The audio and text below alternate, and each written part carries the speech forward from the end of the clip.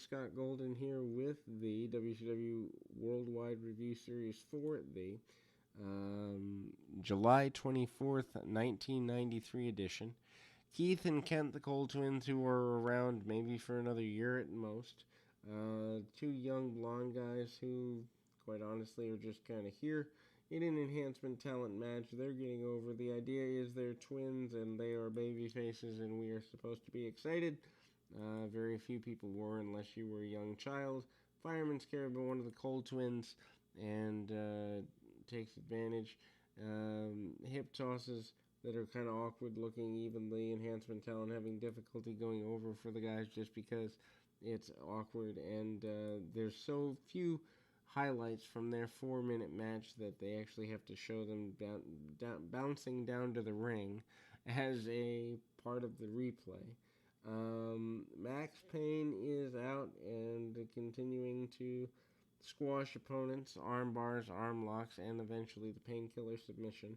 Paul Orndorff says he's tired of being called Paula and says that Ron Simmons has no business becoming the television champion. That is the main program there in the middle of going forward.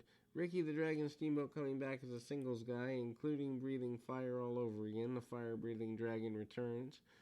I guess if you're going to learn how to do that, you might as well use it for more than the year you're in WWF to utilize it originally. Anyway, shoulder tackle and basic stuff by the enhancement talent. Deep arm drag by Steamboat. Steamboat has had, in the last few months here, some good matches with Vader, among other people, but Steamboat, probably one of those guys that if you can find a really bad Ricky Steamboat match, I'd be super surprised. Steamboat, though, gets on the receiving end of some headlocks, and then he goes for some chops, top rope, cross body, and takes his opponent out. Says he's rededicating himself to singles competition going forward. Then we see Eric Watts return with an enhancement talent match. Big hip tosses and basic stuff.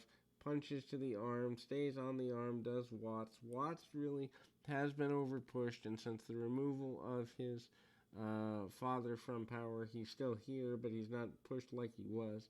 STF is the eventual victory for Watts. Watts never really gets where he needs to be. Enhancement talent match up next for Austin and Pillman, the tag team champions at the time.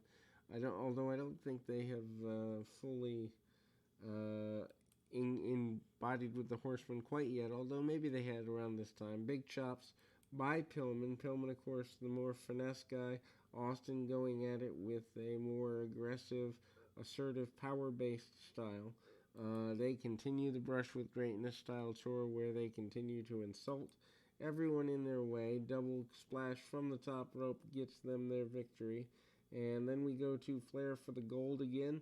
William Regal is out there trying to teach Ric Flair how to have more decorum. Also flirting a little bit with Fifi, although not too terribly much.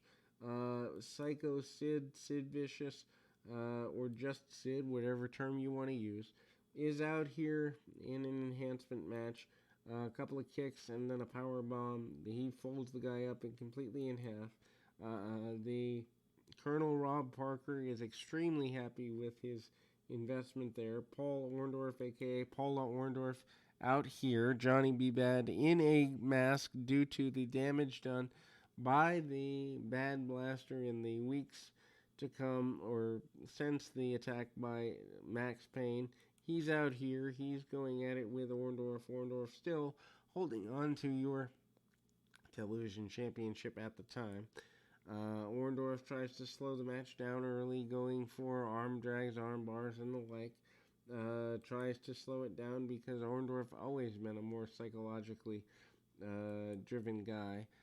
Decent match if you haven't seen it, worth going out of your way to see in terms of Johnny B. Bad starting to come into his own a couple of years into his career here. Can be led to a decent match for sure, and certainly manages to do everything he can to try to outpower Orndorff. Doesn't work out very well. They battle over top wrist locks and arm bars for the next several minutes.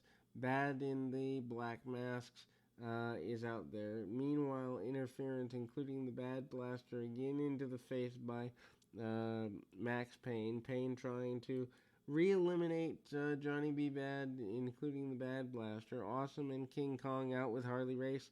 New adds to his stable. There is a cactus in a box delivered by Cactus Jack. Well, not delivered by, but sent by, I guess, and delivered by Tony Schiavone. The Kongs promise that they are going to eliminate Sting in the future. Sting and Flair eventually promise to team up at the Clash, but the Kongs are determined. They are 500 plus pounds, and they destroy on Harley's behalf a Cactus. Cactus Jack not returning according to Harley Race. To be continued. We will be back with more right after this.